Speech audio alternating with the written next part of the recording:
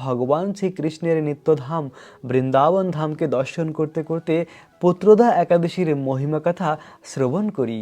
ভদ্রবতীপুরীতে সুকেতু নামে এক রাজা ছিলেন। তার রানীর নাম ছিল শৈব্যা।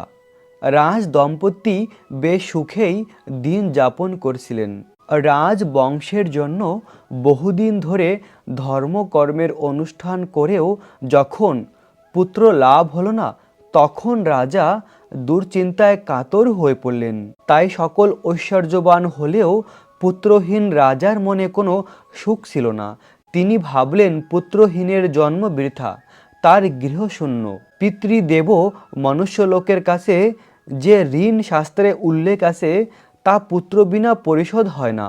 পুত্রবান জনের এই জগতে যশলাভ উত্তম গতি প্রাপ্ত হয় এবং তাদের আয়ু আরোগ্য সম্পত্তি প্রভৃতি বৃদ্ধান থাকেন।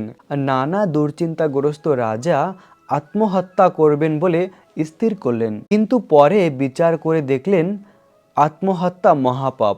এর ফলে কেবল দেহের বিনাশ প্রাপ্ত হয়, কিন্তু আমার পুত্রহীনতা তো দূর হবে না। তারপর একদিন রাজা নীরব বনে গমন করলেন। বনে ভ্রমণ করতে করতে 2 প্রহর অতিক্রান্ত হলে রাজা ক্ষুধায় তৃষায় অত্যন্ত কাতর হয়ে পড়লেন। এদিকে ওদিকে জলাশয় আদির অনুসন্ধান করতে লাগলেন। তিনি চক্রবাক, রাজহংস, নানা রকম মাছে পরিপূর্ণ একটি মনোরম সরোবর দেখতে পেলেন। সরোবরের কাছে মুনিদের একটি আশ্রম ছিল।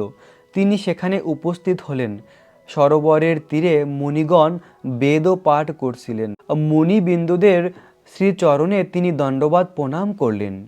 মুনিগণ রাজাকে বললেন, হে মহারাজ, আপনার প্রতি প্রসন্ন হয়েছি, আপনার কি প্রার্থনা বলুন। রাজা বললেন, হে মুনিবিন্দু, আমি অপুত্রকর, তাই আমি পুত্র কামনায় অধীর হয়ে পড়েছি। এখন আপনাদের দেখে আমার হৃদয়ে আশার সঞ্চয় হয়েছে। এই দুর্ভাগা পুত্রহীনের প্রতি অনুগ্রহ করে একটি পুত্র প্রদান করুন।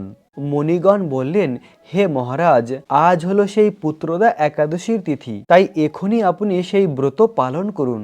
ভগবান শ্রী কেশবের অনুগ্রহে অবশ্যই আপনার পুত্র লাভ হবে।